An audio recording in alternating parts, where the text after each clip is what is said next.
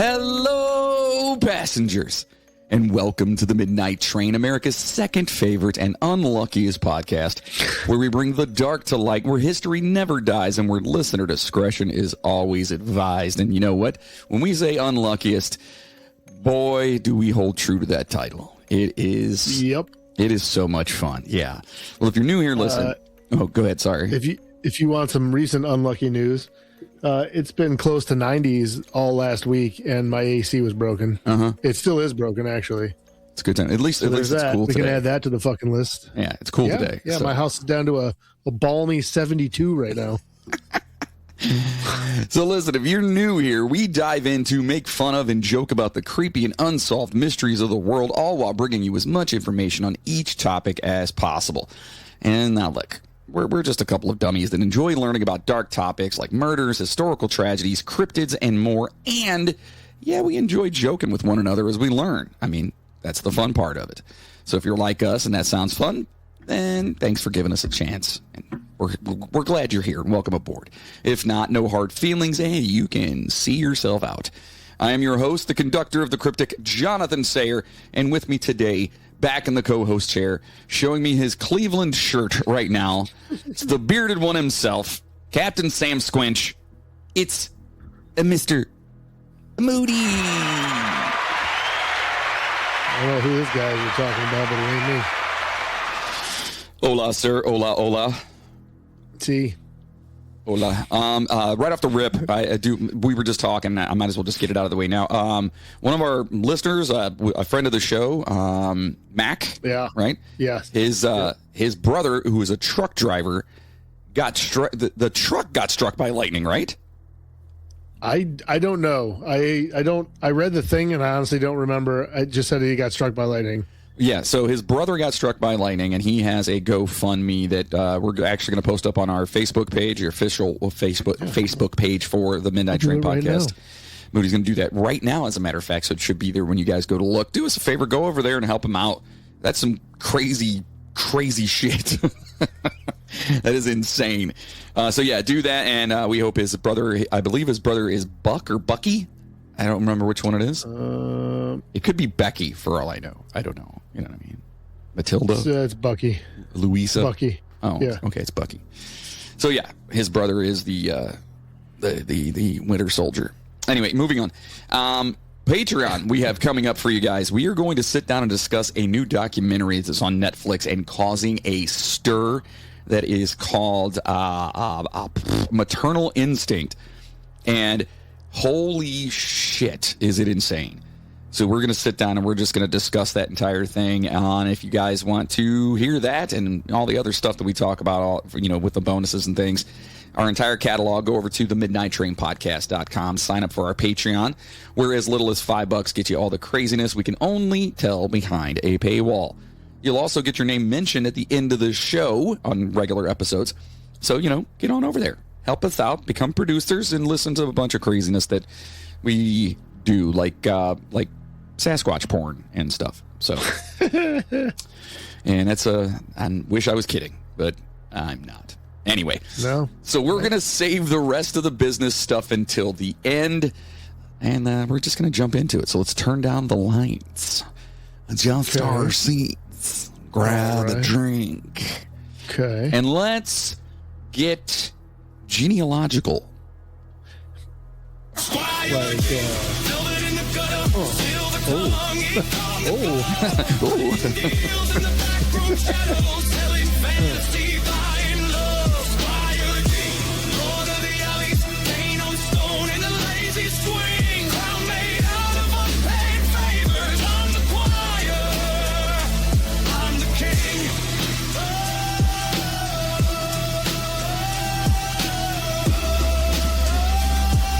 Fucking jam, dude. I forgot to say, here's a toast to all you beautiful motherfuckers. You did. You just fucking went right I just into went straight into it, yeah. But you know what? I am so off today. You get excited when Squire G. Yeah. He's got some new music coming out, too, that we'll be dropping, too. And, I have gotten a copy of his third single. Okay. So we will have that soon exclusively for our poopers. And that'll be on bonus. So if you guys want to listen to that, get on over there and become a Patreon producer. And a little bit of news on the Squire G front. He is currently putting together a entourage, I guess you could say. Like, so it's going to be Squire G, and he's going to have his boys with him. A clique, and the newest. Yes, okay. And the newest single is actually going to be featuring one of his new boys. So part of his squad. Yeah, his squad. Yep. Awesome. Yep. We'll definitely we'll drop that over there. Yeah, it's going to be good. I've heard snippets, and it's just snippets, just a few snippets, but it's going to be really good. Awesome. It's going to be really good. So I look forward to it. New squad is going to be they're on point, dude. They know what they're doing, man. Yeah, good. All right. Well, we look forward to that. So moving on here now, getting into the story, the juice of the matter, if you will. First of all, Moody. Yeah. What is DNA? Was it deoxyribonucleic acid? Good job. Something like that? Deoxyribonucleic acid. Yes. Yeah. Yay. Hold on. Where's my applause button? That's not it. Oh my. There it is. You know, that misplaced sound could really change the tone of the episode. They definitely will. There's going to be a lot of that coming on there too, by the way. So in plain English, DNA, also known as deoxyribonucleic acid, is basically your body's instruction manual, written in a language made of chemistry. Every living thing, like people, dogs, trees, bacteria, is built and maintained using DNA. It contains the directions that tells your body things like how tall you might become, what color your eyes are, how your cells grow and repair themselves, traits you inherited from your parents, and tiny biological details that make you uniquely you. Okay. So think of it like this. Just a refund. Want my money back. Think of it like this, okay? And most of us probably know the whole constructs of, what DNA is and the Bob, what do you call it? The double helix and whatnot. But think of it. Bob? Yes, Bob. Did I say Bob? You said Bob. You were like, Dad, Bob. What do you call it? Hey, Bob's your boy. Hey, what is it? Yep. Bob's your uncle. Yeah. So think of it like this. Your body is a giant city, right? Look at it like that, like your body's a giant city. And the cells are billions of individual buildings. The DNA is the master blueprint stored inside almost every building in that giant city. So every cell contains a copy of that blueprint. So now, what does the DNA actually look like? Again, we've probably all seen the double helix, like when we were in school or whatever. It just looks like a twisted ladder. And the sides of the ladder are chemical structures. And the rungs are made of 4 chemical letters, if you will. A, T, C, and G. Those letters combine into instructions. Humans have about 3 billions of these letters arranged in specific order. Okay? So there's lots and lots and lots. And again, that is that whole thing, that specific order and all those billions and billions and billions of those letters or whatever, that makes a person completely 100% unique. So how did humans... Unless you have a twin. Unless you have... Well, even then, I think there's... I have to look into that because I thought there was like some minor things in there.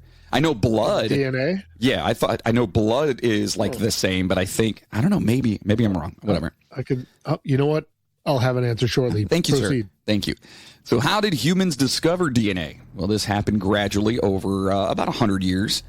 First, people realized, something carried inherited traits in running 1800s. People knew children resembled their parents, but nobody knew how or why. An Austrian monk named Gregor Mendel studied pea plants in the 1860s, and he noticed patterns. Purple flowers produced more purple flowers. Traits seemed to pass down in predictable ways. He proved inheritance existed, but not what physically carried it. Okay, and a lot of this is probably just regurgitated when you guys were in science class back in the day. But, if you're like me, I'm old and I needed a refresher on this shit. So chlorophyll, more like borophyll.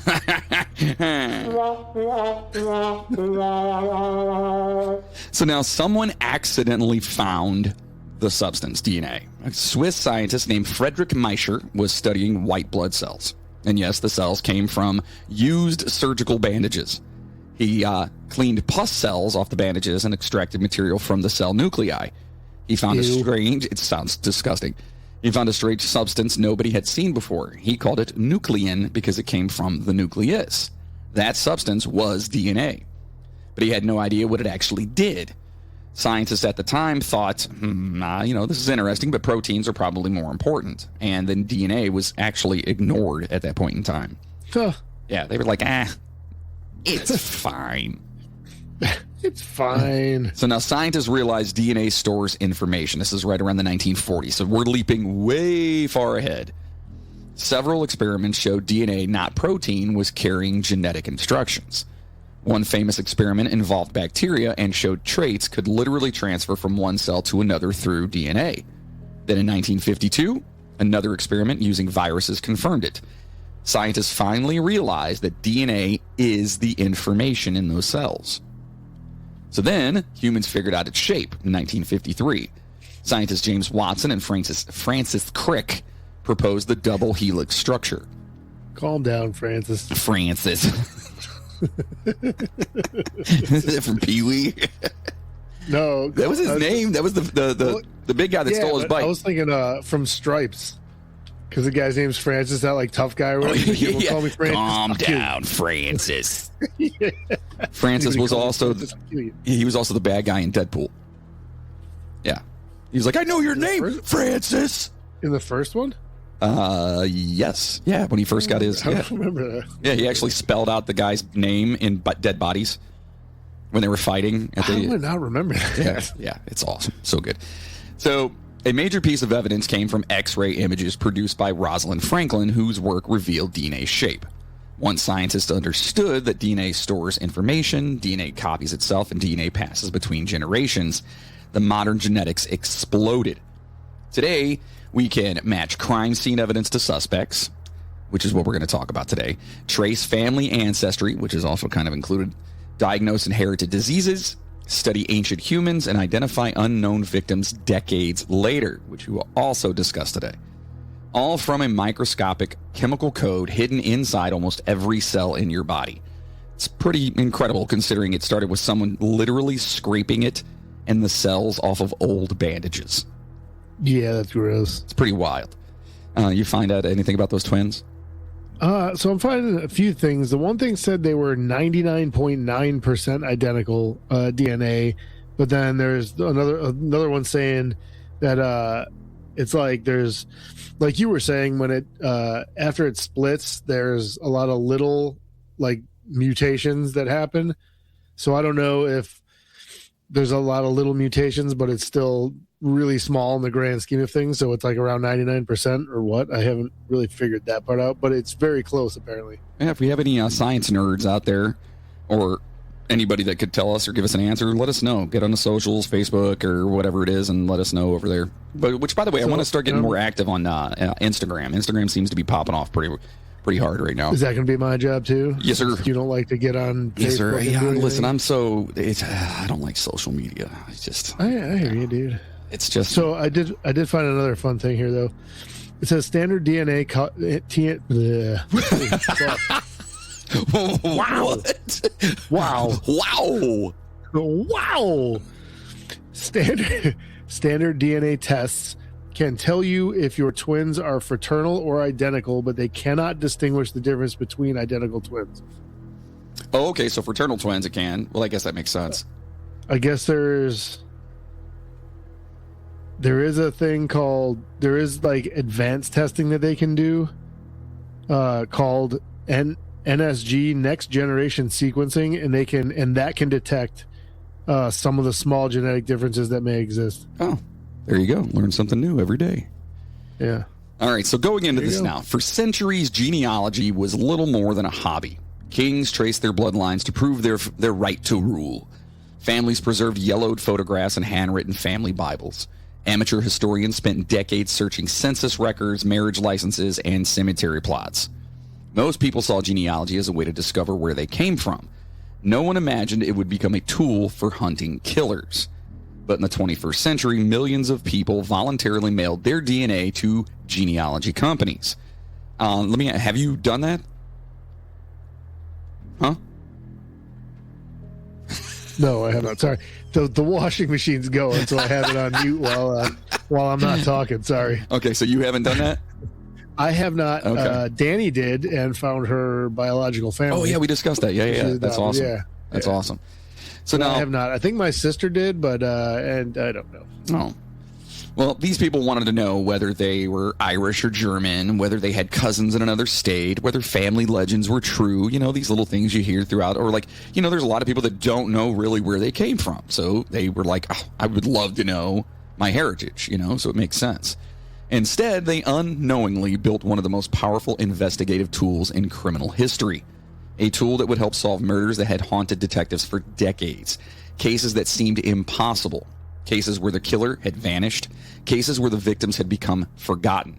The dead had been waiting, and now science was finally giving them a voice. So genealogy is far older than most people actually realize, and this is actually kind of cool. Ancient civilizations kept family records through thousands of years ago. The Egyptians documented royal bloodlines. The Chinese maintained detailed family lineage books known as, I'm probably going to butcher this, Jiapu? Sure. Sounds right. Dating back more than 2,000 years. In medieval Europe, noble families tracked ancestry to, establish inheritance rights and political legitimacy. I mean, how many things have we heard about where, this guy's son became, just because it was that guy's son, he became the next ruler, know? Absolutely. I mean, it still happens now. Right. All over the place. Yeah, of course. So for ordinary, if your last name's a Kennedy, you know what I mean? There you go. Immediately everyone's like, oh, he's going to be the next president. No, that's a dog. Anyway, so for ordinary people, however, tracing family history was nearly impossible. Records were incomplete, wars destroyed archives, and illiteracy prevented many people from preserving family histories, which is funny and sad at the same time. Why don't we know anything about our history? Because Paw couldn't read. Huh? They were dumb. Yeah. It wasn't until the 19th century that genealogy became a widespread pursuit. Governments began keeping census records, churches maintained birth, marriage, and death certificates, libraries and historical societies collected documents that could be searched by researchers. Still, genealogy remained slow and painstaking. Then came DNA. In 1953, two guys we just talked about a couple minutes ago here, James Watson and Francis Crick, described the structure of DNA. Scientists soon realized that DNA carried a record of ancestry. By the 1990s, forensic DNA analysis was already helping solve crimes, but forensic DNA had limitations. Investigators could only identify suspects if their DNA already existed in law enforcement databases. If the killer had never been arrested, investigators often reached a dead end. They had nothing there, Yeah. Yeah, it's like fingerprints. If your fingerprints aren't on file, they can't, Then they have nothing. So then genealogy companies changed everything. By the early 2000s, companies such as Ancestry Testing Services had accumulated enormous DNA databases from ordinary citizens seeking information about their family histories. Millions of people uploaded their genetic information. Most had no idea that a distant cousin's DNA could someday point investigators toward a murderer, which is... Just thinking about how old we are and the process and how it's become so, something like this 20 years ago, maybe not 20 years ago, we'll say 40 years ago, would be absolutely impossible. You know what I mean? Even thinking about it sounds like pseudoscience. It sounds like science fiction where you're sitting there and just going, oh yeah, someday they're going to be able to take your whatever and find somebody, But now... Yeah, I always was not a fan of giving away my DNA to them. So see, the way... And we'll talk about some of the... I'm not a conspiracy guy, so I don't want it to come off as that. It's just to me, it's weird. I don't know. Ethically, we'll talk about some of that stuff too. But I don't know. The way I look at it is I didn't do anything wrong. You know what I mean? So... Oh, no, I agree with that. You, on the other hand...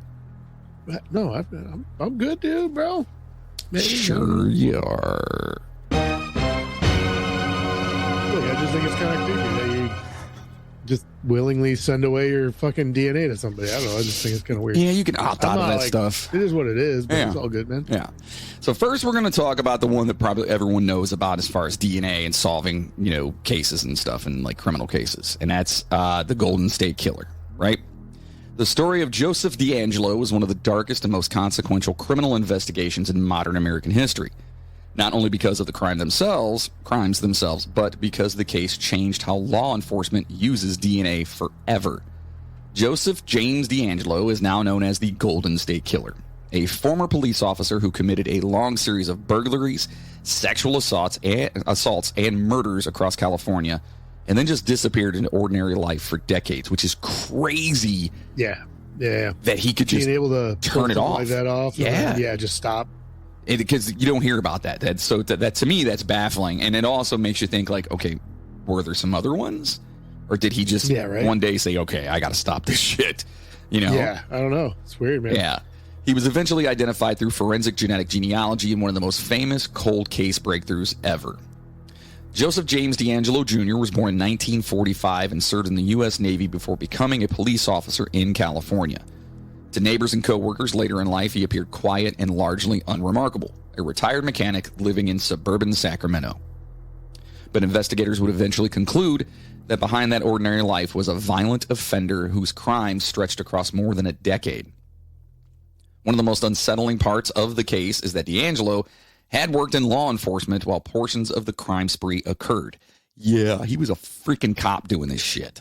Yeah, I'm sure that helped him break into people's houses and shit. Well, yeah, I mean, it's like, you know what I mean? Like BTK used to install, what do you call them? Security systems.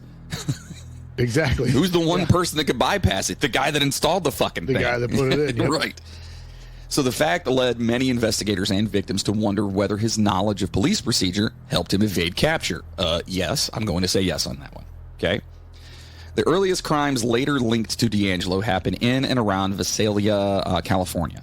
At the time, police believed they were hunting a highly active burglar nicknamed the Visalia Ransacker, which, okay, it's kind of a dumb name. What the fuck, dude? Yeah, I don't know. The Ransacker.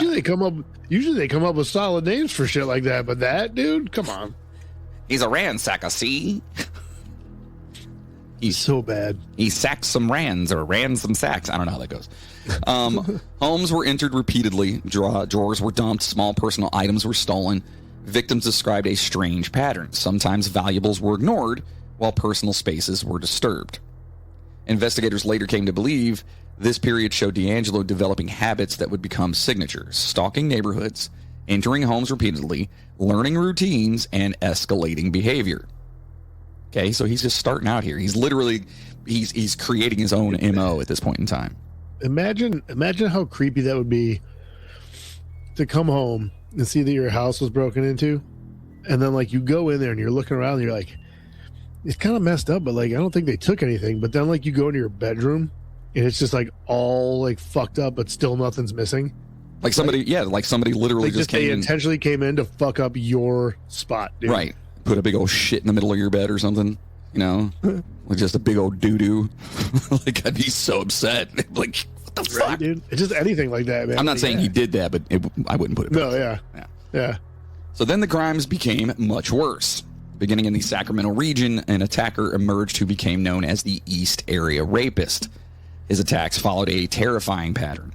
He watched neighborhoods for weeks. He entered homes at night. He often targeted couples. He bound victims with shoelaces or cords, and he threatened immediate violence if anyone resisted. Victims later described psychological cruelty that often seemed as important to him as physical violence, again, like BTK. For years, investigators believed the East Area Rapist was a separate offender from the Visalia crime, so they didn't even know that these things were, like, related. There's no way this guy's raping and ransacking. It's got to be two different people. The ransacker wouldn't rape, would he? I mean, he might leave a doo-doo on your bed, but he's not going to do some raping. At least 50 sexual assaults were eventually attributed to this phase of his criminal activity. That's crazy. Yeah, that's nuts. I mean, one is too many, okay, honestly. Oh, obviously. But 50 is just, it's surreal, man. He's a fucking busy man, dude. Yeah. Then came murder. Of course, Southern California investigators began working cases. Moira. They had worked on cases involving couples attacked inside their homes and killed with extreme violence. This offender became known as the original Night Stalker, not to be confused with Richard Ramirez. So the OG. Yeah. Again, police initially thought they were dealing with a different person. They still didn't think this was related to any of the other shit they had. You trying to tell me that the ransacker went to rape and then murder? Nah, you're out of your mind. So wait, Johnson, you're trying to tell me there's a ransacker who shits on beds, and then there's a rapist, and then there's a murderer? So we have three people here, right? Absolutely. There's no way he's doing all that. You can't murder, rape, and ransack. That's just too much for one man. Well, we should put it in the papers there, Johnson, because I'm, to be honest, I'm quite scared. I don't even know what the fuck is happening. Again, police initially thought they were dealing with a different person, right?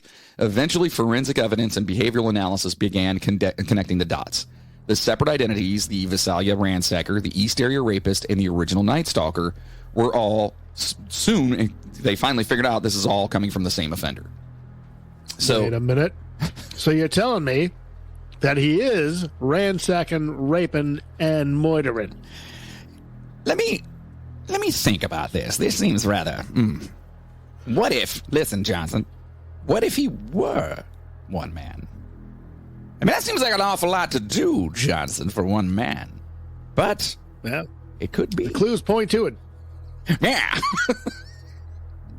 So the combined toll investigators ultimately attributed to D'Angelo included 13 murders, more than 50 sexual assaults, and more than 100 burglaries across California.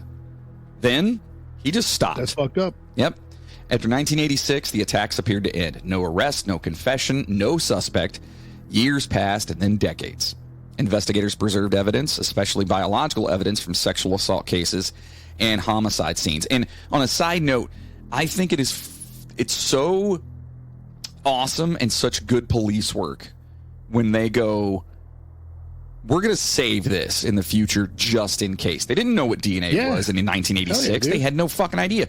Some of these even back in the 70s and stuff, but they still preserve the evidence just in case something happened. Right. You never know. That is incredible to me. And don't get me wrong, there's also been a bunch of shitheel cops out there that are just like, it's been 10 years. Throw them in the garbage, Johnson. We don't need that. And how many times do they not even collect evidence? You know what I mean? That's true as well. What was it? They just fuck them all up. Was it the Villisca axe murders where they basically had like the entire neighborhood coming in and hanging out and going all across the crime scene? Coming in and out of the house and shit like that. Yeah. They were eating? Yeah. just neighbors coming in going, hey, what's going on? Why is there blood everywhere? Can I have a sandwich? So as DNA technology improved in the 1990s and early 2000s, separate cases that once looked unrelated began matching each other. That confirmed one offender had committed these crimes across multiple jurisdictions. There's that word. But DNA alone still didn't reveal who he was. His profile matched nobody in criminal databases. So this is where the case became historic. Investigators used a newer technique called forensic genetic genealogy. Instead of asking, whose DNA is this, they asked, whose relatives might this belong to? Crime scene DNA was converted into a genealogy-style profile and uploaded into a public genealogy environment used by people researching family history. Investigators found distant relatives and not the suspect themselves. From there, they built large family trees, they narrowed candidates down by age, they filtered by geography, and they looked for someone who matched the offender timeline.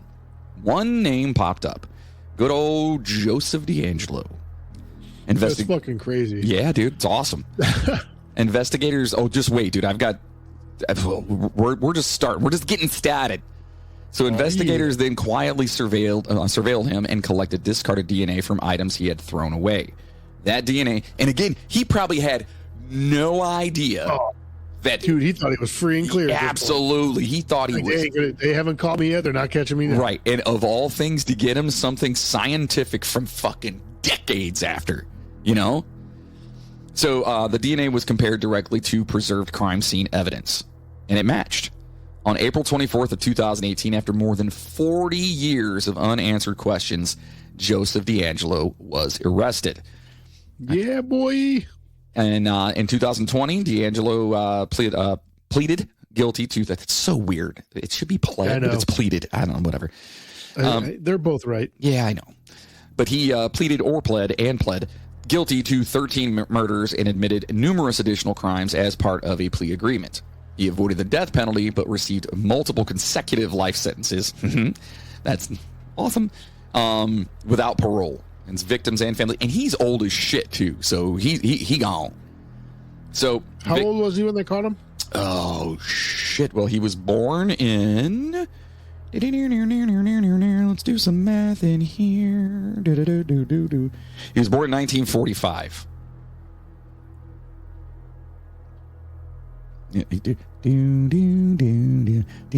So 73 when he was caught? Sure. There you go. I'm just taking your... math sucks. I hate it. I just did some quick math in my head. I could be off, but I think it's about 73 then. So... Now, victims and families gave statements describing decades of fear, interrupted lies, and unanswered grief.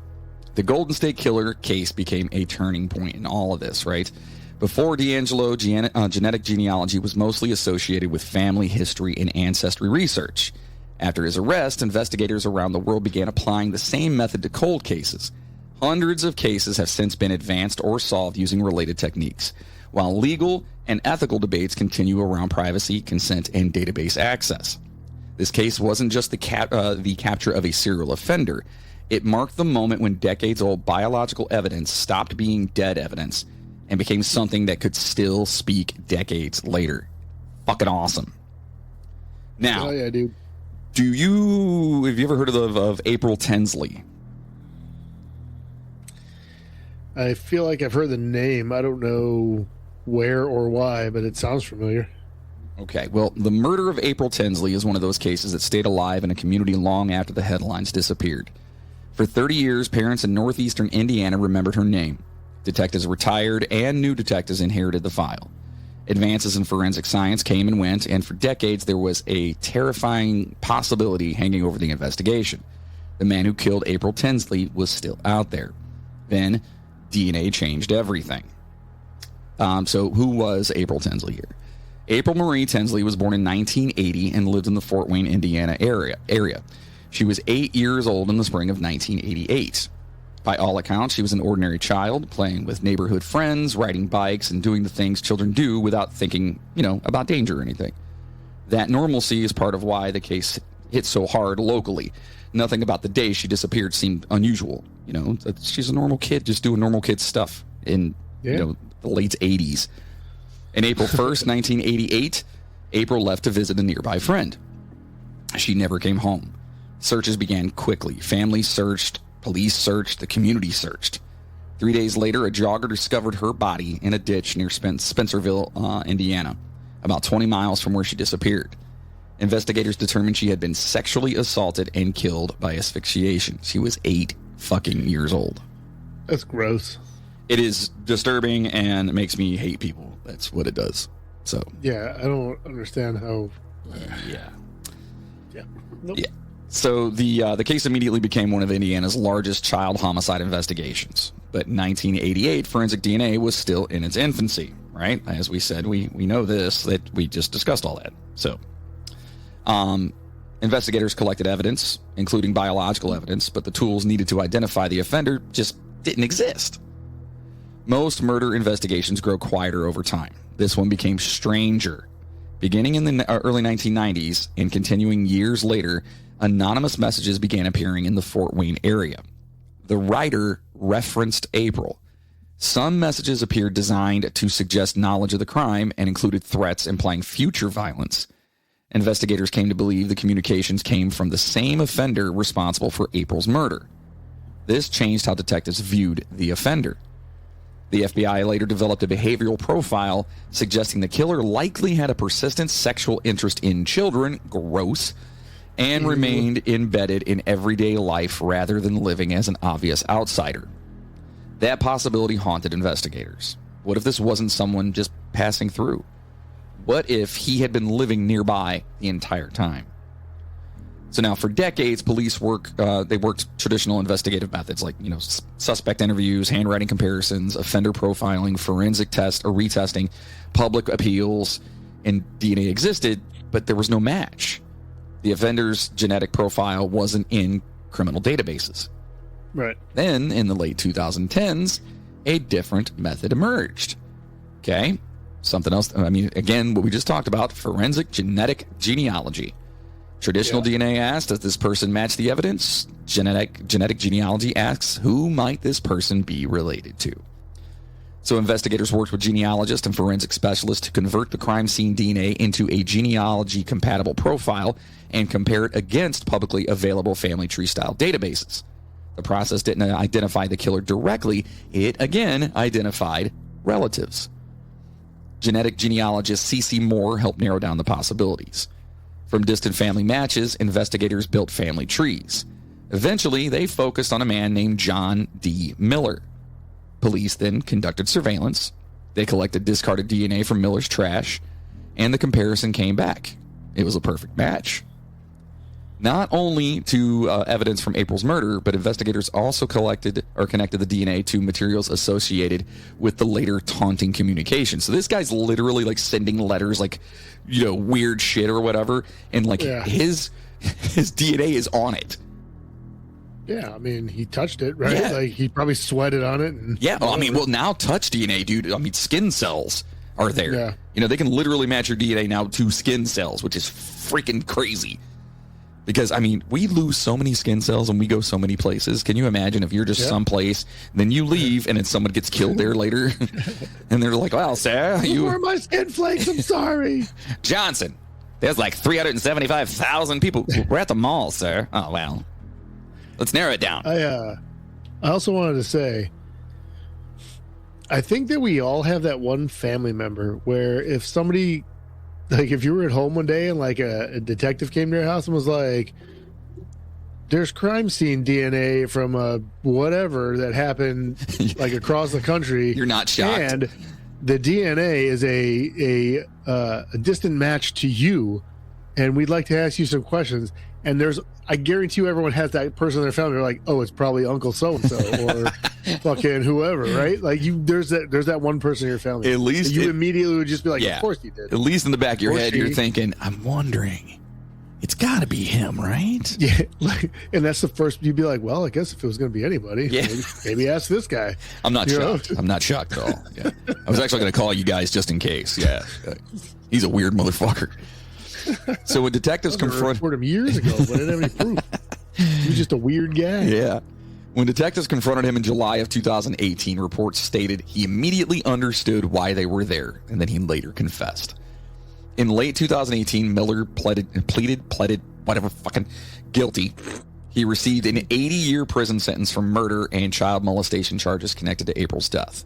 For April's family, the arrest came after 30 years of uncertainty. 80. I feel like 80 years is short. Yeah. And granted, the dude was old at the time, but still. Throw the key away, dude. Which, by the way, I actually looked at that.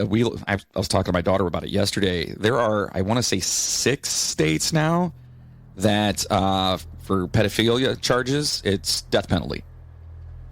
Darn. And there's like 1 or 2 more that are actually putting it on their ballot to try and vote it in to do that. And I would love to know what everybody's thought on that is. I mean, whether you're a death penalty advocate or not, I mean, you mess with kids, dude. I'm sorry. In my personal opinion, I feel like it's valid. You know, as long as it's like definitively proven, you've got all the evidence, right, it's all there. Well, that's that whole, right, and that's the gray area with the death penalty. Yeah. You know what I mean? Is that, I mean, if it's a home run and everything is done correctly, all the evidence is there. I mean, you've got everything, and sometimes they confess too. If you got all that, boo-bye. Yeah, boo-bye. So anyway, I agree. You know, they of course, you know, had this uncertainty for this entire time, and no sentence could restore what was lost. But the unanswered question, who did this, finally had an answer. April Tinsley's murder sits alongside cases like the Golden State Killer investigation as a major turning point in modern criminal investigation. Real quick, sorry. Was it somebody like the family knew? Or was it just somebody from the same like town or some shit? As far as I know, it's somebody from the same area. So somebody that had to have seen her around, right, or exactly. whatever. And, right. Okay. Yeah, it's gross. 8 years old. Jesus. So it was a turning point in here, and it demonstrated that evidence collected decades earlier could become newly useful as technology advanced. And to me, in my head, all I'm thinking is, if we're doing this now, what are we going to do in the future? You know what I mean? Oh yeah. What the hell? Yeah. What does the future hold for like forensic identification and stuff? It's crazy. Wasn't there, what movie was that where they like predicted future crime or whatever? The Minority Report or some shit? I think so. Is it Tom Cruise? Where they would like arrest you for shit that like they found out that you were going to do or something that like that. Suck. Seriously. That would be the worst. Man. That would be the worst. Like, what are you talking about? Well, we know in about 4 years from now you're going to snap off and kill everyone. But like, how do you know this? Well, first of all, we listen to your podcast. What if I just promise not to? Yeah, I just won't. How's that? Thanks for telling me, guys. So cases that once depended on witnesses and confessions suddenly had another path. Family trees, preserved DNA, and time. Now, let's talk about Carla Walker. You ever heard of this? Okay, I don't think so. This case Maybe. here. The murder of Carla Walker is one of the cases that feels frozen in time. For nearly half a century, people in Fort Worth remembered one image, a 17-year-old cheerleader who left a school dance and never came home. There was a witness, there was physical evidence, and there were suspects. And still for 46 years, there was no arrest. Then DNA reached back across almost 5 decades and finished a conversation investigators had started in 1974. Carla Jan Walker was born in 1957 and grew up in Fort Worth, Texas. She was a senior at Western Hills High School and was known as a cheerleader and active student with a close family and circle of friends. Like so many victims in long-remembered cases, the people who knew her described someone, whose life looked entirely ordinary until one terrible night interrupted it. So, by all accounts, she seems like just a normal, good high school girl. Okay? So, late on the evening of February 16th, 1974, Carla attended a school dance. Afterwards, she and her boyfriend, Rodney McCoy, that is the most Texas name I've ever heard in my life. Rodney McCoy.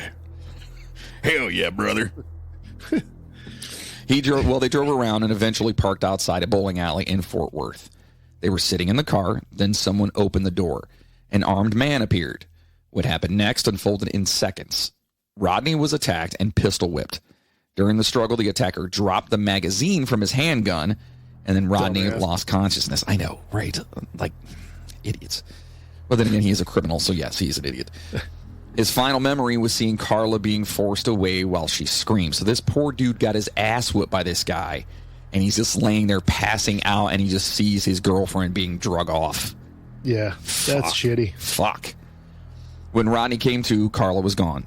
He got help immediately. Police flooded the area, but she had vanished. 3 days after the abduction, Carla's body was discovered in a culvert south of Fort Worth near Lake Benbrook.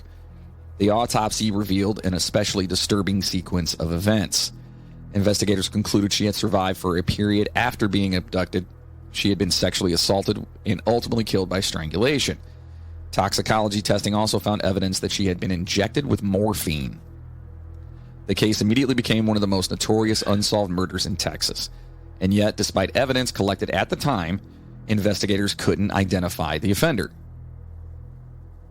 These dudes suck. These guys that do this shit. Yeah, absolutely. Fucking. Yeah. You're miserable fucks, too. You know what it is, too? It's guys that can't get dates or they're, what do they call, incels or whatever, and then they just snap off, and then they have to, use morphine or find an 8-year-old. Imagine, like, being in that frame of mind that you, like, want to do that to somebody. I don't know. Where I'm at in my life. Imagine that. Yeah, like, I don't. I've never once thought, I don't feel like going out and meeting someone. Maybe I'll just, take one. Yeah. I've never once thought that it's, and obviously I'm going to assume that like 95% of society has never thought that either. You know what I mean? You've got these fucking assholes. I would hope so. Yeah. Well, we never know. So again, it was particularly haunting is that, they actually interviewed the guy that they wind up tagging for this murder. So back in the 70s, yeah. Among the evidence, I guess one of the original suspects. Yeah. So among the evidence recovered at the scene was a handgun magazine that we mentioned a little bit ago. Detectives traced it to a .22 caliber Ruger pistol. That led them to a man named Glenn Samuel McCurley. McCurley told police his gun had been stolen from his truck. He reportedly took a polygraph examination and was not pursued further. The case went cold. Years turned into decades, and evidence stayed boxed in storage. This case became another example of our forensic genetic genealogy. Yay. Yeah. So, of course, this is where they go and they look at family members as opposed to trying to, in order to find them.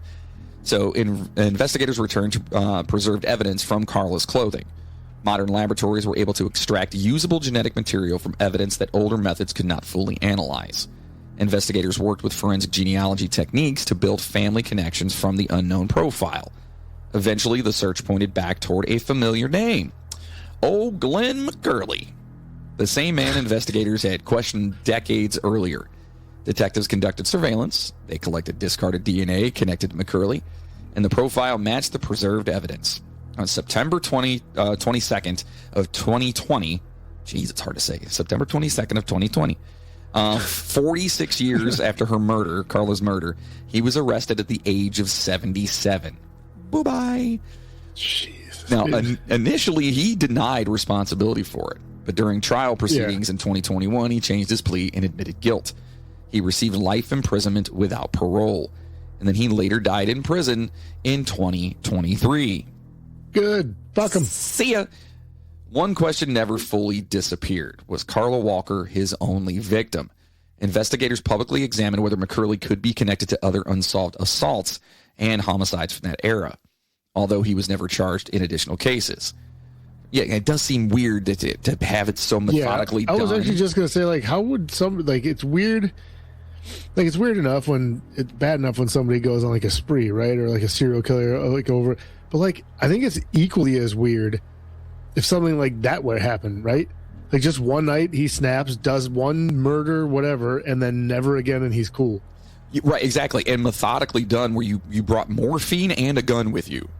Yeah. You know what I mean? You planned this, bro. It's planned. It's weird that something like that would be a one and done. Yeah. Yeah. You know what I mean?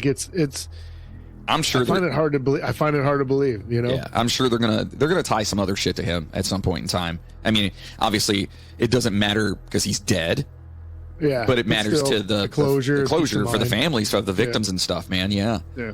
So for Carla's family, the arrest didn't restore lost years, but it did something, families in cold cases often describe as equally important. It ended the uncertainty.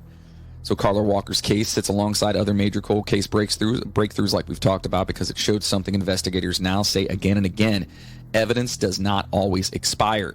Sometimes the science simply hasn't caught up yet. A sample collected in 1974, preserved through decades of storage, changing detectives and changing technology, eventually identified the person who had escaped justice for nearly half a century. It's wild. Can you imagine being that guy? The same as the guy in the last episode, right? You're just you do it, and then you're 77 years old. It's been 40-something years, 50 years. You're okay. Or good. And then all of a sudden there's that knock, and you answer, "Hi, we'd like to talk to you about blah, blah, blah." And you're just fuck. Yeah, or are you seeing this scientific shit start to escalate and get more and more advanced, and then you start in the back of your head going, fuck, did I leave anything? I don't know, because I feel like after a while of seeing that, right, you're into the 2000 teens at that point, right? Everybody has already been seeing it. It's been happening for years at that point. I feel like you'd be well, they haven't figured it out for me yet. We're good to go, man. Yeah, it's fine. or are they just at 77, just either way, I don't care. I just want to fucking die. Yeah, that's true too. At that age, you may just be fuck it. If they take me, what's going to happen? I'm going to go to prison. Right, you know what I mean? I'm fucking dead. Yeah. I'm dead either way. You know what I mean? Yeah. Little side note on this too. So back when they first started introducing DNA as evidence, defense attorneys would try and act and create this doubt, or they tried to create the doubt in the juries and whatnot, that it was fake science and that it actually wasn't real. I'm trying to think whose case. I think OJ's case they tried that with. Where they were trying to say oh no, this is really new science, and it's not fully identifiable and blah blah blah, creating this doubt that now is so distinguishedly like it's defined now. You know what I mean? Yeah. But back then they were like, no, it's hocus pocus. What does he talk You're about? not going to believe this witchcraft. Yeah, what you? does DNA even stand for? You know what I mean? Like, and then, of course, jurors and stuff, who they don't know what this shit is. Right. So trying to explain to them, and I've seen and heard about cases where, like, the prosecutor trying to explain to them what this is, it's not getting through to them. They're not it's too scientific and too methodical, where they're just like, I don't know what this is. And it's a lot easier. It's a lot easier for the defense to just be like, see, it's dumb. It doesn't make any sense. Right. You know? Jurors. They're like, well, that's true. It's dumb. It doesn't make any sense. The prosecutor, he's not guilty. Prosecutor goes on a big tirade about the science and everything else, and defense stands up and goes, jurors, did you understand that shit? Not guilty. You know, it probably worked. I'd say at least a couple times. I mean, because all you have to do is just insert the doubt. That's all you have to do. Yeah. And when you're talking about I something, hate to say it, but it was probably like in a southern state somewhere where a lot of that was happening. You know what I mean? Like in the backwoods or whatever. Absolutely. You're like, what? No, you can't do that. What's Dunna? I don't know what Dunna is. That ain't even spelled right. All right, moving on here. So one of the most important genealogy stories just, isn't about finding a killer. It's about freeing an innocent man. In 1996, Angie Dodge was murdered. Investigators focused on Christopher Tapp. He spent years in prison, but DNA evidence never truly matched him. Eventually, forensic genealogy identified the actual killer. Tapp was exonerated. This case demonstrated that genealogy could reveal not only guilt but innocence, and this has happened quite a bit with DNA. Yep. So DNA is not only catching people, but it's also freeing people. Yep. Who were wrongly accused and wrongly prosecuted and stuff. So it's really freaking amazing. That's why, I don't know. I really wanted to do this episode because I'm just like, you hear about this shit. This is why the death penalty thing is a weird spot. Exactly. And see, that's the thing that sucked. Well, with that one, though, they said the DNA didn't match exactly, because it was probably some sort of they probably had maybe some, I don't know, hair. Back in the day, been there from whoever. Correct. Yeah. And matching hair follicles is now that's become almost pseudoscience at this point in time, Yeah. Where DNA is like, no, motherfucker, you did it. Like, this is you. When it says, I love when some DNA comes in and they do the testing, and then it's like 1 in 370 quadrillion. Yeah. And it's like more people that'll ever be on Earth ever. Right. And then the dude goes, it still ain't me. Like, I what? didn't do nothing. Yeah, what are you talking about? It is 100% you. Slap the shit out of him like, you fucking idiot. Oh, sorry. So now, have you ever heard of the Bear Brook murders? No. Neither had I up until when I was doing the research for this. So the Bear Brook murders are one of the strangest and most important homicide investigations in American history. For years, detectives weren't trying to find a killer. They were trying to answer a more basic question. Who were the victims? This case became one of the earliest and most influential examples of how modern DNA and genetic genealogy could identify not only a murderer, but people who had been lost for decades. So now, on November 10th of 1985, a hunter walking near Bear Brook State Park in Allenstown, New Hampshire, found something unusual hidden in the woods. A 55-gallon steel drum. Inside were human remains. Investigators opened the barrel and discovered the bodies of an adult woman and a young girl. Already, I do not ever hope to ever find something like that. Fuck. I'm not gonna lie. If I'm walking through the woods and I find a 50-gallon steel drum, I sure as fuck am not opening it. Yeah, that's true. Yeah, I don't think I would either. Yeah. At minimum, though, I might call the cops and be like, yeah. Or do you just mind your fucking business? A few times. You guys might want to come out here. I don't know. Or do you just mind your fucking business? You know what I mean? I don't know. It's like, I don't know. I guess it depends on how weird and out of place it is, right? Yeah, but if it's just in the woods around by where I live and it was a 50-gallon steel drum, I probably wouldn't even think twice. Right. True. Yeah. You're just walking past it like, oh, it's just a drum, whatever. Yeah. But you know how many cases where somebody has found something like walking in the woods or on a walk someplace, and the next thing you know, they become a fucking suspect? Yeah, right? Yeah. Like, what were you doing out there? Well, how'd you know it was there? Like, what the fuck? I was, what? Like, no. That's what I'm saying. That would be my luck. My luck would be, we think you did it. No, what? Like, no. Tell him to check the fucking DNA. Yeah, exactly. DNA, motherfucker. Oh, it's 1 in 55 quadrillion. Shit. It's wrong. Still wasn't me. Yeah, it wasn't me. All right, so both of these people, unfortunately, had been dead for years. Police immediately launched a major investigation. Photos circulated, missing persons reports were compared, tips came from across the United States and Canada, and nothing worked. Nobody knew who they were. The woman and child became nameless victims, and the Woods kept their secret. Then the impossible happened. In the year 2000, investigators returned to the area. About 100 yards from the first barrel, they found another barrel. This one had the remains of 2 additional young girls. Yeah, you heard that right. This was how long after? 15 years.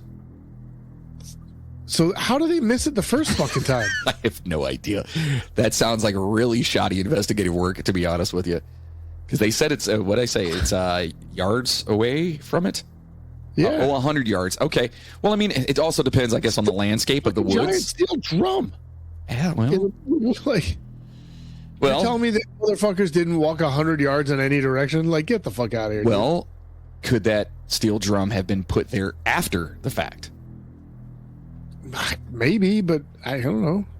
Well, either way, investigators understood something horrifying here. This wasn't a isolated homicide with the 2 in the first.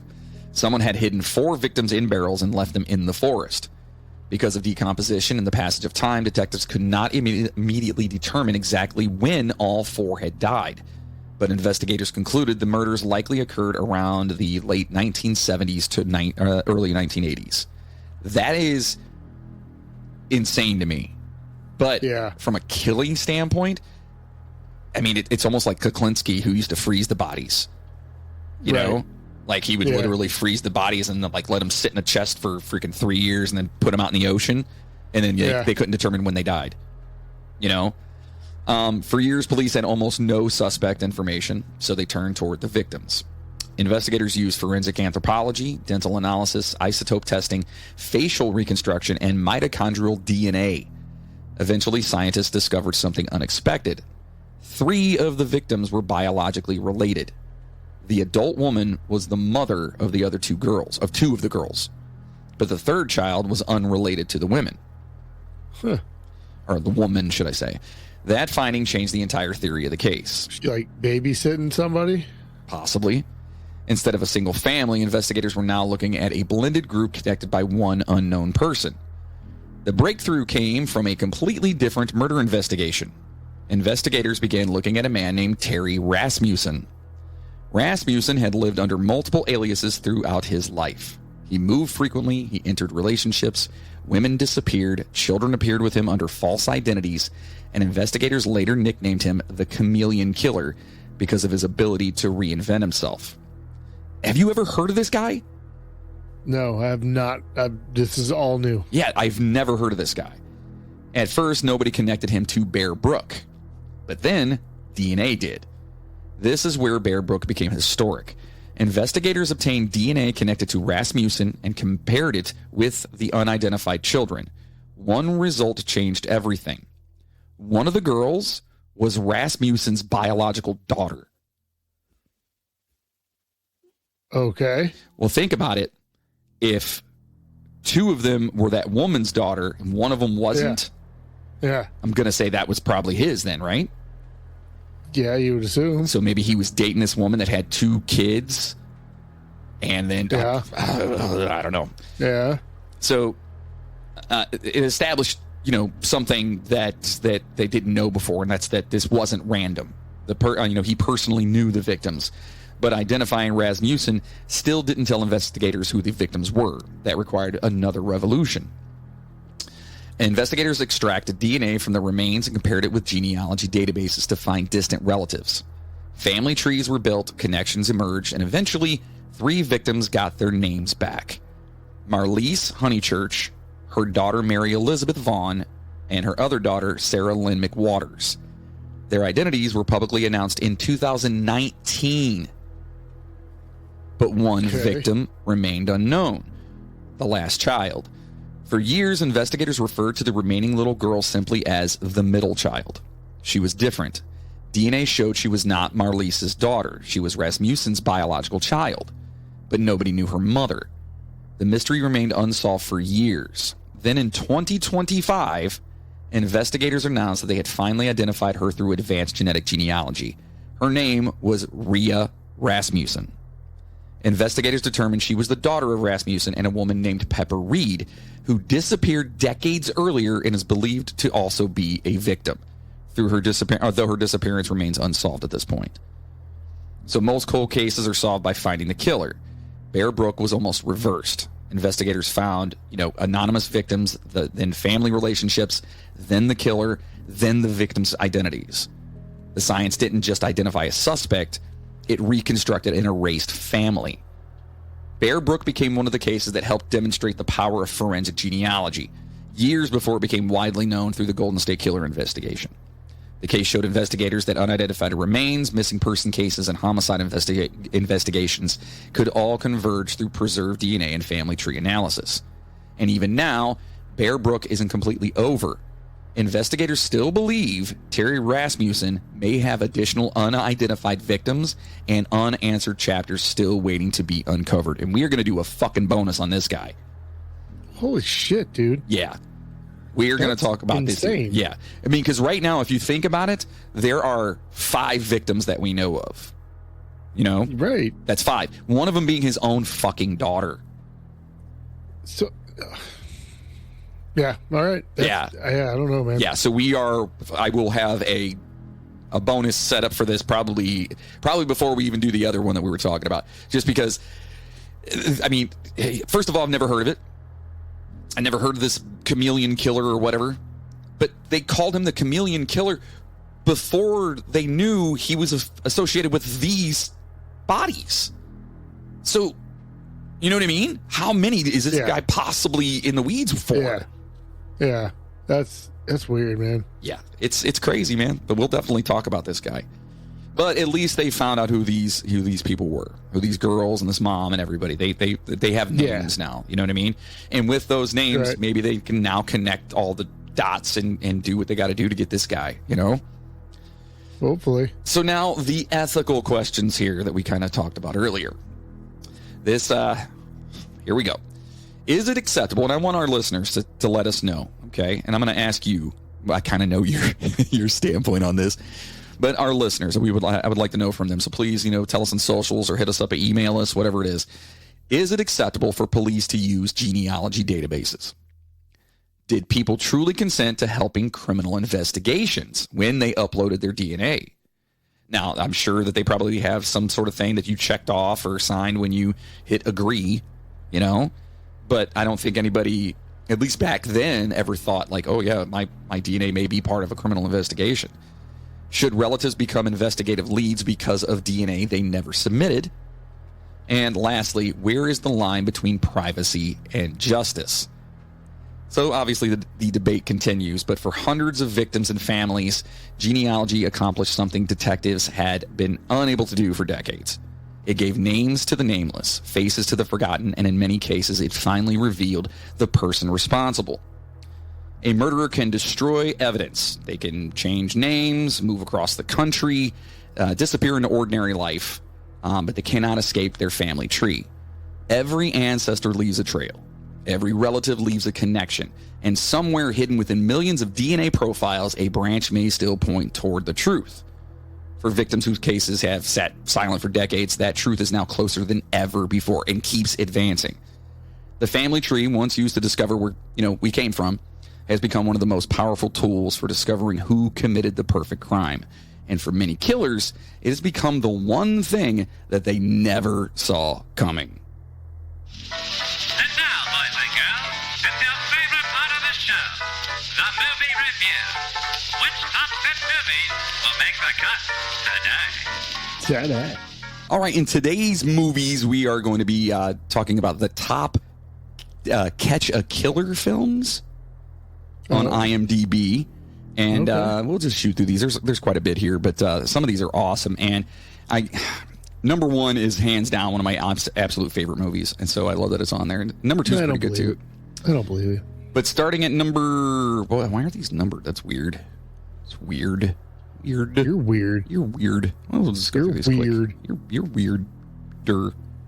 Let's start with this one because Nicolas Cage is in it, and of course he is. Oh. This is Nicolas Cage and John Cusack, 2013's The Frozen Ground. You ever seen this? No. Really? Oh, it's awesome. John Cusack is a serial killer. I like John Cusack. Yeah, he's great. An Alaska state trooper partners with a young woman who escaped the clutches of serial killer Robert Hansen. Yeah, it's based on Robert the Butcher Hansen. To bring the murderer to justice based on actual events. If you guys don't know who Robert the Butcher Baker or Baker, whatever Hansen is, he literally was in Alaska and was basically finding women, mostly prostitutes, taking them out into the woods naked and then hunting them. Yeah. That's what he did. So that's what that's based off of. It's 6.4 stars out of 73,000 ratings. And it's a good movie. Good movie. Okay. Next, we have Along Came a Spider. A Spider.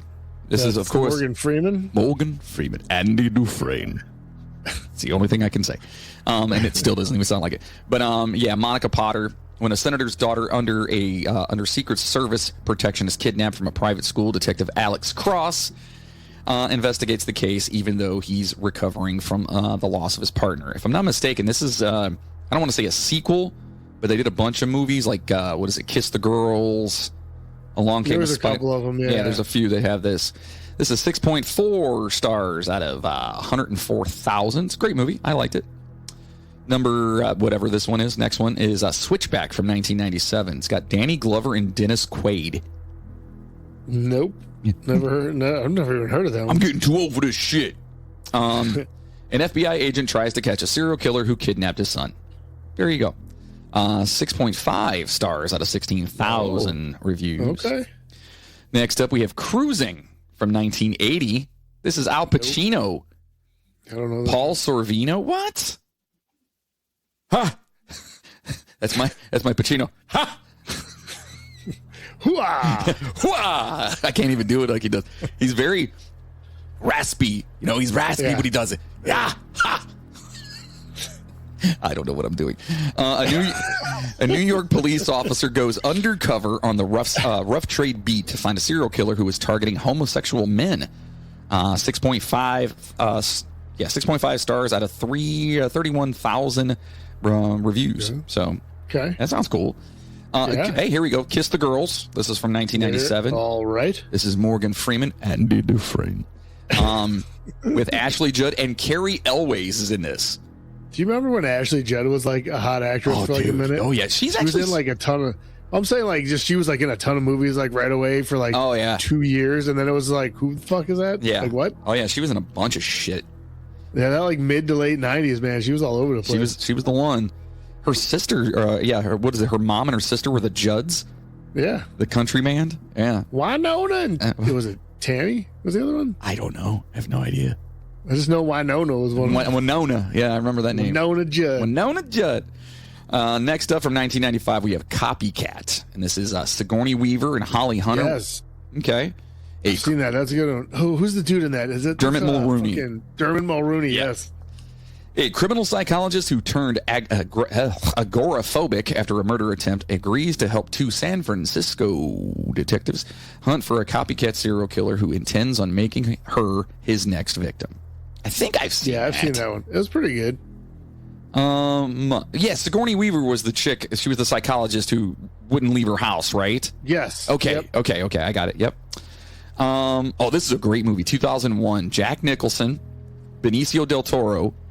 A retiring police detective pledges to catch the killer of a young child. The Pledge.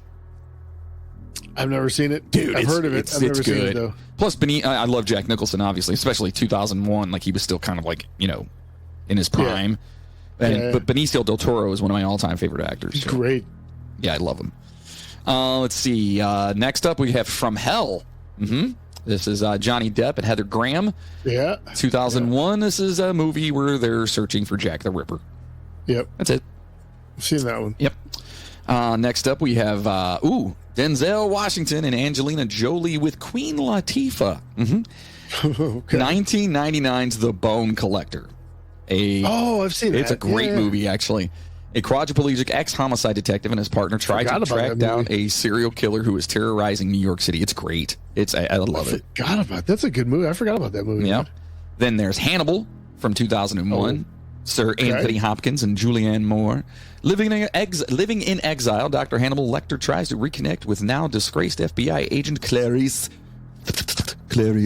Starling and finds himself a target of revenge from a powerful victim. Okay. And that's part of that whole series they did, Yeah. Silence of the Lambs which and all that. which is hilarious that every single one of those movies is on this list. Yeah. That's okay. But the next one, though, dude, 1998, Denzel Washington, John Goodman, and Donald Sutherland, Fallen. Fallen, dude. That movie's a great movie. I was just talking to my daughter about that the other day because it's on, I think, Netflix right now. Wait, is that the one where it's like like somebody possesses it, but like by touch? Yes. Yeah. Yeah. So like they'll walk by and like touch someone's hand, and then like they turn into that. And they do the whistle. Yeah. Or is it The Time Is on My Side by Rolling Stones or something like that? That's what it is. They're singing. Yeah. Dude, that movie is fucking rad. And it's 7.0 stars out of 103,000 reviews. If you guys have not seen that, watch that movie. Next up with 2002, Red Dragon, which is basically the sequel to Hannibal with Anthony Hopkins. This one has Edward Norton in it. And Ralph Fiennes, who is a creepy dude in that damn thing. Didn't that one technically take... whatever. What? I don't know. The timeline in those movies is weird to me. Because like one of them takes place like earlier or something, but I don't remember. I think it's that one. Yeah, I don't remember. I think so, because the next one from 1986 is Manhunter, which is also a part of this. Which is the original version of like Silence of the Lambs. Well, they redid Manhunter, yeah. Right. So, this is actually part of it that are going after Hannibal, and this is where Hannibal kind of gets. It is kind of confusing. I'm not gonna lie. The timelines are fucked up, is what it is. Next up, we have Frenzy from 1972. This is Alfred Hitchcock. That's Hitchcock. That's Hitchcock. A serial murderer is strangling women with a necktie. The London police have a suspect, but he is the wrong man. This is John Finch, Barry Foster, and Barbara Leigh Hunt. Have no idea who any of those are. Next, we have Saw from 2004. Okay. You guys probably all know what Saw is. Saw the first one. I love the first one, man. The first one was a great movie. I'm not going to lie. It just got fucking ridiculous. I actually love those movies only because of the crazy-ass devices they come up with in it. And the ways to kill people. No, that's the only reason to watch the movies. It's the same movie over and over again. But like the first one was so good though. It was like the twist at the end and all that. Like it was a good fucking movie, man. Absolutely. If you guys haven't seen that movie, Carrie Elways cuts off his own foot. Fuck you. Watch the movie. You should have seen it by now. Anyway. Next up we have Dirty Harry. You feel lucky, punk? Well, do you? I know what you're thinking. They fire 5 shots or 6? Okay, so I grew up on watching Clint Eastwood movies because my father, and Dirty Harry is amazing. So yeah, it's Clint Eastwood, Andrew Robinson, Harry Guardino, no idea who that is. 1971, 7.7 stars out of 181,000 reviews. When a killer calling himself Scorpio menaces San Francisco, tough as nails police inspector Dirty Harry Callahan is assigned to track down the crazed psychopath. That's right. Do you feel lucky, punk? Next up, we have Zodiac. This movie actually bored the shit out of me. Is that with Jake Gyllenhaal? Yeah, and I love everyone in it except Mark Ruffalo. Mark Ruffalo, man, he's just a boring ass actor. I hate to say it, and I know he was like he's just like Hulk. Someone's brother. Yeah, he's not a leading man in any way, shape, or form. But no, I mean, this is about the Zodiac Killer. 2007, 7.7 stars out of 676,000. It was all right. I don't know. It was all right. I guess since knowing the story as well as I did, and this was actually based off the true events of the reporters and everybody trying to catch it, whatever. Yeah. It just, I don't know. It seemed meandering to me, but that's just me. I'm a snooty bitch, so whatever. Yeah. Next we have, this is Memories of Murder from 2003. Oh, it's Korean. Okay. Starring Song Kang-ho, Kim Sang-kyung, and Kim Ro-ha in a small Korean province in 1986. None of that was correct. I guess it was. How could it not be? Because you whatever. Yeah, it's fine. Because I'm an idiot. There's no way. You could say it's fine. It's pretty fine. much. It's fine. So, in 1986, 2 detectives struggled with the case of multiple young women being found raped and murdered by an unknown culprit. Okay, 8.1 stars out of 269,000. Damn. Okay. All right. Next we have. Okay, this might be a foreign film too. Maybe it doesn't say, but it says when the police in a German city are unable to catch a child murderer, other criminals join in on the manhunt. Well, that's crazy. What's it called? M? Like just the letter M? The letter M. Oh, it's Peter Lorre, Ellen Wildman, and Ing Langet. This is from 1931. Oh my God, dude. 8.3 stars out of 183,000 votes. That's some ballsy material for 1930. Yeah, I'm surprised someone hasn't redone that movie because that's a great premise. You know, there's a child murderer out there, and these other convicted criminals are like, "Well, fuck that." You know, yeah, that's really cool. Number 2 on this, because now I can actually see where we're at. This is from 1991. Jodie Foster, Anthony Hopkins. It is The Silence of the Lambs. What the fuck was that? That's from what was it? Oh shit! What was it?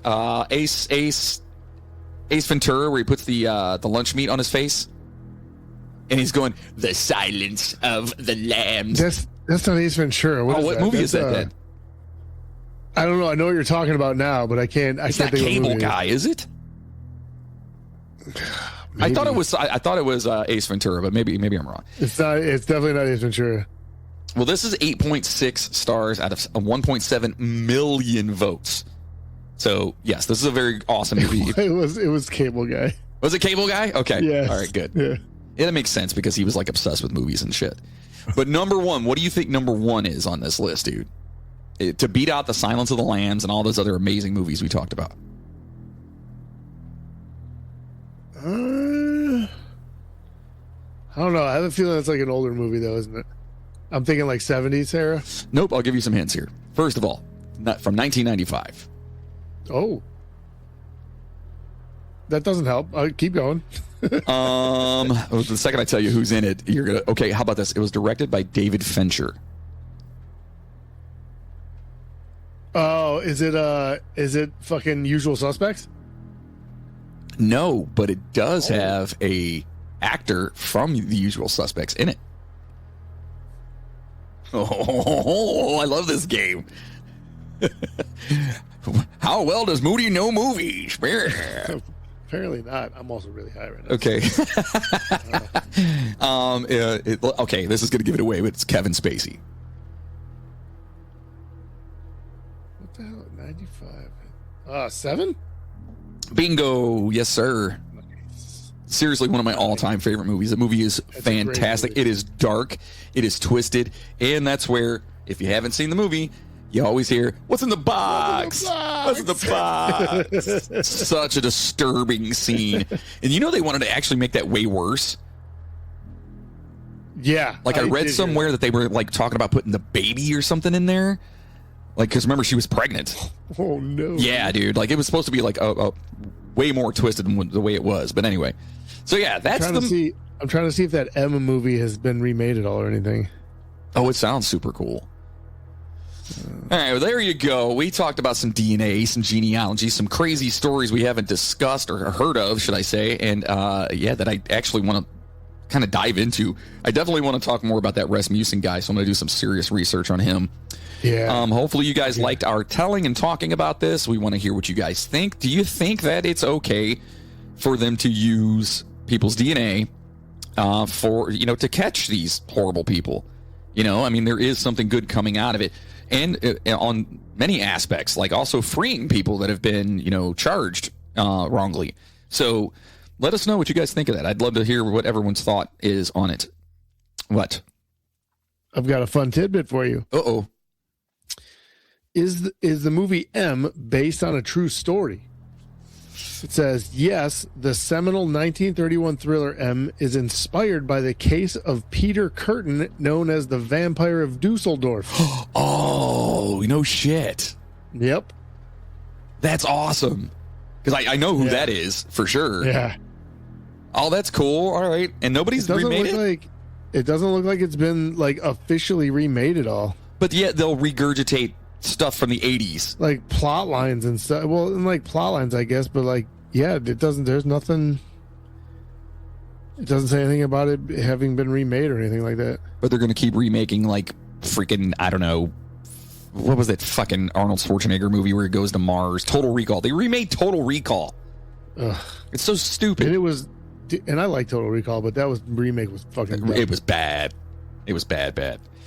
Well, do us a favor. Make sure to stop over to our official website, themidnighttrainpodcast.com. At our website, you can buy some super sweet merchandise.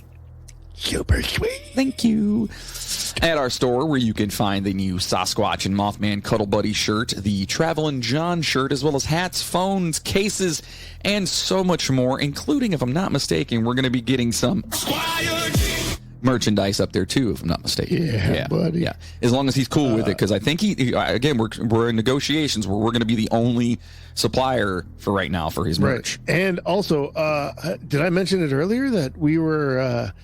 I was talking to Mr. G about possibly doing a podcast theme song for us. Oh yeah. I don't know if we mentioned that yet or not, but yeah, we were talking about we need a new theme song. You know, I like to mix it up and always have new music and stuff all the time, and it'd be cool to have like an actual theme, an official Midnight Train theme song performed by Squire G and his crew. That's right. Well, if you like what you heard from us, consider being a show producer by heading over to the midnighttrainpodcast.com and clicking on the Patreon button, or at patreon.com. That's P-A-T, that's P as in Paul, ATREON.com/The Midnight Train Podcast. For as little as $5 a month, you can get all kinds of cool stuff like a custom shirt, custom poster, custom sticker, a plethora of bonus episodes, and a lot more. So if you're a diehard Midnight Train fan and you love being on this motherfucker, help produce this motherfucker with us. And get over there for Patreon. And if you want to make a single one-time donation to the show so Moody can actually feed his children, you can do that at PayPal and use the email address themidnighttrainpodcast@gmail.com. Dude, those little fuckers eat way too much food. It's summertime, so they're off of school. I can't afford this shit. Yeah, I know. I get it. Most importantly, do us a favor, share the Midnight Train with everyone. Word of mouth is how we will get more passengers on this train and continue to bring you weekly episodes. Don't forget to follow us on Twitter, on Instagram, TikTok, YouTube, Spotify, where you can actually listen to the bonus episodes if you are a Patreon member. And, reviews are honestly something that we need more of. So if you guys can review the show on, Apple Podcasts or whatever the hell it's called, Spotify, anywhere you can rate and review, that'd be great. Unless you don't like it, right, then just fucking walk away, man. Let me reiterate: positive reviews. Positive reviews. I don't want nothing under 3. I don't want nothing under 4 stars. Yeah, that's it. Keep it 3. That's right. At least 4 or 5 stars. You can shove that 3 right up your. We cannot thank you all enough for all the love and support we've received from all of you. You passengers really do keep this train moving. Thank you all so much for listening, of course, and a very special thank you to our fearless executive producer, Patreon for... What? Really quick, I just wanted to throw this out there before we got too far, even though we're pretty much done. Anyways, the 1931 German masterpiece M, directed by Fritz Lang, was officially remade in the United States. What'd they call it? In 1951. What the fuck? Really? So it hasn't been remade since 1951. But Raymond Burr was in it, so there's that. Oh, that's cool. All right. Oh, because it's the full title of it is M is for Murder, right? I don't fucking know. I think it's just M. Oh, okay. Literally just M. All right. So this goes out. We want to just a big thank you to the people that support the show and that are our Patreon producers and give us their hard-earned money and whatnot. So a big old, hold on, let me turn this down because it's always super loud. To 0, Chad Flint, Simon Martinson, Courtney Batchelor, Mike's Inner Juggalo, Jen Holbrook, William Santiago, Randy Corwin, Meredith Griffiths, Joel Valerio, Whitney Stevens, a Mullet 2 or Amulet 2, Emily McCobb, Amanda Carruthers. I'm pretty sure it's Amulet, dude. Well, okay, but one L, right? But the A is capitalized and so is the M. Well, what if it's Amulet? Amulet 2. Sure. Emily McCobb, or Macabre, whatever. It looks like Macabre. Amanda Carruthers, Patrick Jones, Robert Bunclark, Amy Moses, Ibrahim Muezus, Samuel Beaver, Chelsea Benz, Timothy Moore, Jacob Knowles, Ms. P, Cassandra Fuentes, Jake T, Tim Karras, Zoe Miller, Tracy Valancourt, Edgar Rodriguez, Jenny Wynn, Riley Griffin, Amanda C, Nathan Diekman, Caitlin McKinney, Miles Campbell, Brian Gunzelman, Pumpkin Escobar, Janet Sherrill, Justin Kowalczyk, Maria Gibbs, Chainsaw. What the fuck? Katie Brabenek, and of course, our good friend Bill Birch. Oh, good for you. So spread the word, and if you want your name to be mentioned on the show and for us to be forever grateful, become a Patreon producer. Patreon producer. Become a Patreon producer. Send us your hard-earned money so I can get some speech lessons. Sorry. And, of course, stay safe, passengers. And until next time, keep questioning, keep exploring, and never stop seeking the truth. And choo-choo, motherfuckers! Now go home and get your fucking shine box. Ransacking, raping, and Moida?